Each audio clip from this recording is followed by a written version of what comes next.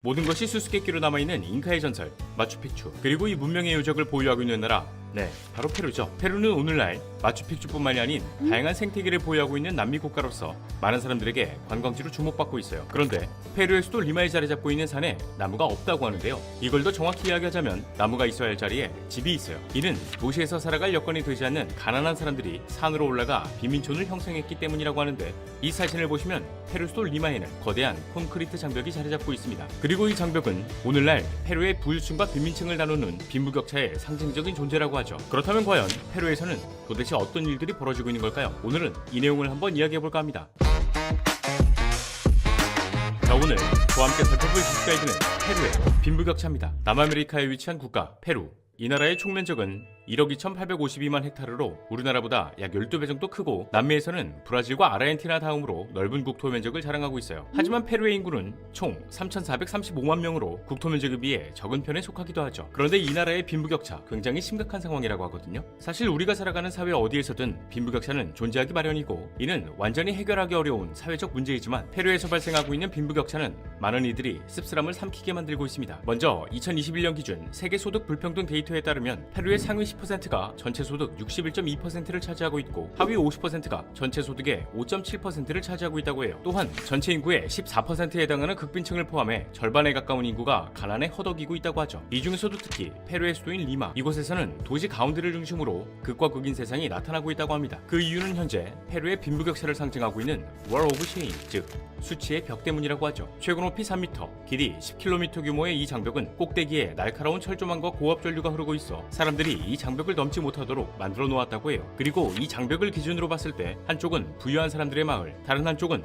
빈곤에 허덕이는 마을의 모습이 극명하게 대비되고 있죠. 먼저 부유한 사람들의 마을, 라스 카수아리나스. 이곳에는 수백만 달러가 넘는 고급 주택들도 있고, 또 어떤 곳에는 부자의 상징이라고 할 수 있는 수영장이 딸린 집 등 누구나 한 번쯤은 살아보고 싶은 집들이 있는 반면, 건너편에 있는 빈민촌 마을 팜플로나 알타에는 판자와 흙, 나무로 대충 지은 판잣집들이 있고, 전기와 수도가 제대로 작동하지 않는 곳도 많고, 하수도와 쓰레기장 등 기본 생활시설조차 제대로 갖추지 못한 곳들이 대부분이에요. 여기서 특히 빈부격차를 피부로 체감할 수 있도록 하는 요소가 있다고 하는데, 이 요소는 바로 물입니다. 페루의 지리적인 특성상 안데스 산맥이 인접해 있기도 하고, 서쪽은 태평양과 마주하고 있거든요. 이로 인해 지역마다 차이가 있긴 하지만 수도 리마의 경우에는 조금 다른 형태를 보이고 있어요. 바다와 붙어있지만 사막이나 다름없는 건조한 기후를 보인다고 하니까요. 실제로 리마의 경우 연 강수량이 20mm도 채 되지 않아 안 그래도 담수를 확보하기 어려운 상황인데, 상수도가 없는 빈민촌에서는 당연히 물을 구하기가 더 어려웠죠. 결국 빈민촌 사람들에게 물은 가장 귀중한 존재로 여겨지고 있어요. 그리고 이들이 물을 구할 수 있는 방법은 주기적으로 마을에 오는 급수차에서 물을 구매해서 쓰는 것이 유일하다고 하죠. 이들은 4인 가족 기준 1,100리터 정도의 물이면 일주일 동안 씻고 마실 수 있다고 해요. 이 금액은 페루와 페루 30술, 하나로 약 8,400원이죠. 하지만 급수차가 언덕 꼭대기까지 오지 않는 경우도 많아서 빈민촌에 사는 사람들 중에는 이 물조차 구하지 못하는 경우가 많다고 하는데,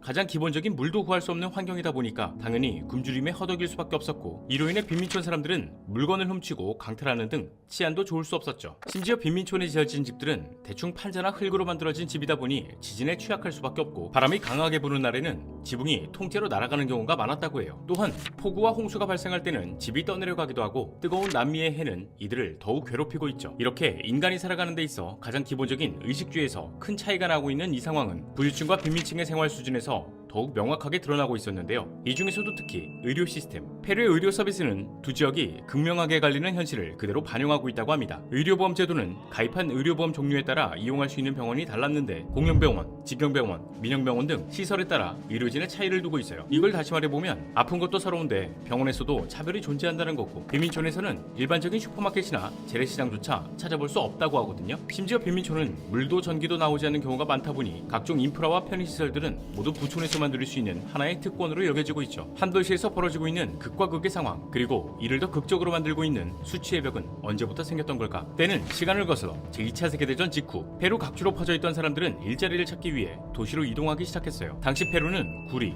철, 아연, 금, 은 등 다양한 광물 자원을 수출하는 광업을 중심으로 경제 성장을 이루고 있었고, 특히 수도 리마에 주요 기관들이 개발되기 시작하면서 빠른 속도로 발전해 나아가게 되죠. 결국 이 상황은 리마에 더 많은 사람들을 밀집시키게 되었고, 1940년까지만 해도 35만 명에 불과했던 인구는 40년이 지난 1980년대 무려 11배가 증가한 약 380만 명에 이르게 됩니다. 이 영향은 지금까지도 이어지고 있어 현재 페루의 전체 인구 중 3분의 1이 리마에서 살고 있고요. 그런데 여기서 문제는 사람들도 인프라도 자동차도 모두 갑작스럽게 현대화가 진행되다 보니까 집값과 물가는 감당할 수 없는 수준으로 솟아오르게 됩니다. 이로 인해 지방에서 일자리를 찾기 위해 올라온 이주민들은 높아진 물가에 부담을 느끼게 되었고, 집을 마련하지 못한 이들이 리마 변두리 산 꼭대기에 집을 짓고 모여 살기 시작하게 되죠. 그리고 이 상황은 우리나라에서도 찾아볼 수 있죠. 과거 우리나라가 산업화를 진행하게 되면서 지방에서 먹고 살기 위해 무작정 수도권으로 상경한 사람들이 언덕과 산을 터전으로 옹기종기 모여 살았던 달동네처럼요. 하지만 이 페루 빈민가에서 벌어지고 있는 상황은 우리나라와는 많이 달랐습니다. 지난 1980년대 페루에서는 반정부 무장단체 샤이닝 패스가 등장했기 때문이죠. 이 단체는 7만여 명이 목숨을 잃었던 페루 내전을 주도한 이들이었거든요. 결국 경제적으로 여유가 있던 사람들이 모여 살고 있는 라스 카수아리나스 사람들은 불안해했고, 페루 정부는 이들을 보호한다는 명목하에 장벽 건설을 계획하게 되었죠. 하지만 2000년대에 접어들면서 더 이상 무장단체는 부촌 지역에 영향을 미치지 않게 되는데, 여기서 부촌에 거주하고 있던 사람들은 빈민가 사람들에게 환경오염의 주범, 불법 건축물을 짓고 절도나 약탈을 일삼는 이들이라는 인식이 점점 강해지면서 스스로의 안전을 지키겠다는 목적을 가지고 장벽 확장 공사를 진행했어요. 그렇게 시작된 보강 작업은 2014년까지 이어지게 됐고, 이 장벽은 현재 페루 빈부격차의 상징으로 자리매김했습니다. 그리고 이 장벽은 최근 또 다른 문제들을 발생시키고 있죠. 먼저 해안가에 위치한 두 도시 트루이오에서 리마까지 가는데 버스로는 10시간, 비행기로는 약 2시간 정도 걸린다고 하는데요. 아무래도 페루가 고산지대이다 보니 교통이 발달하는데 한계가 있었지만, 도시와 도시를 나누기 위해 세워진 이 장벽으로 인해 많은 이들이 이동권을 제한받고 있죠. 페루 빈민촌에 살고 있는 사람들은 대부분 부촌 사람들이 빨래를 하거나 혹은 청소를 하면서 생계를 유지하는 경우가 많다고 해요. 사실 빈민촌과 부촌까지의 거리는 차를 타고 15분 정도면 도착할 수 있는 거리지만, 이 장벽이 세워지면서 약 2시간 동안 버스를 3번 갈아타야 하는 불편함을 겪고 있다고 합니다. 이로 인해 빈민촌 사람들은 이 장벽을 보면서 물리적인 고통뿐만이 아닌 상대적 박탈감과 정신적으로 다가오는 수치심이 엄청나다고 하죠. 그럼에도 페루의 빈민촌 인구는 계속해서 늘고 있는 상황이고, 이를 지켜보고 있던 정부는 골머리를 앓고 있다고 해요. 사실 빈민촌 자체가 합법적으로 만들어진 것이 아니다 보니 페루 정부는 빈민촌을 직접 관리하거나 도움을 줄 필요가 없다는 입장을 밝히고 있고, 무엇보다도 빈민촌의 편의시설이나 복지를 증진시킬 예산이 없어요. 때문에 빈민촌의 사람들은 열악한 환경 속에서 개선될 희망도 없이 각종 범죄들이 증가하고 있는 추세죠. 결국 부유한 지역에서는 이른바 게이티드 커뮤니티를 만들어 스스로를 지킨다는 입장을 내세우고 있거든요. 이는 허가된 사람 또는 일부 택시들만 통행권을 받고 리마의 중심부로 지나갈 수 있게 한 건데, 이건 외국인 관광객들도 마찬가지로 허가를 받아야 방문할 수 있었어요. 그 결과 부유한 도시 내에서는 평화롭고 여유로운 생활이 가능해졌다고 하죠. 그런데 최근 페루 헌법재판소가 법 앞에 평등과 비차별에 대한 권리에 영향을 미친다는 이유로 180일 이내에 장벽을 허물 것을 공표했거든요. 그러나 지자체에서는 돈이 없으니 철거하려면 법원이 도움을 줘야 한다는 입장을 고수하고 있고, 부촌 사람들도 이 장벽이 허물어지는 것을 완강히 거부하고 있다고 합니다. 이 장벽으로 인해 절도, 범죄 등 불안한 상황이 줄어든 건 사실이었으니까요. 여전히 남아있는 장벽처럼 페루 사회의 빈부격차도 줄어들 기미가 보이지 않는 현재, 과연 한 도시를 가르고 있는 수치의 벽, 앞으로 어떤 상황에 직면하게 될지 지켜봐야 할 것 같네요. 자, 오늘의 영상은 여기까지입니다. 다음에 또 다른 안내서로 찾아뵙도록 하겠습니다. 지금까지 지식가이드였습니다. 감사합니다.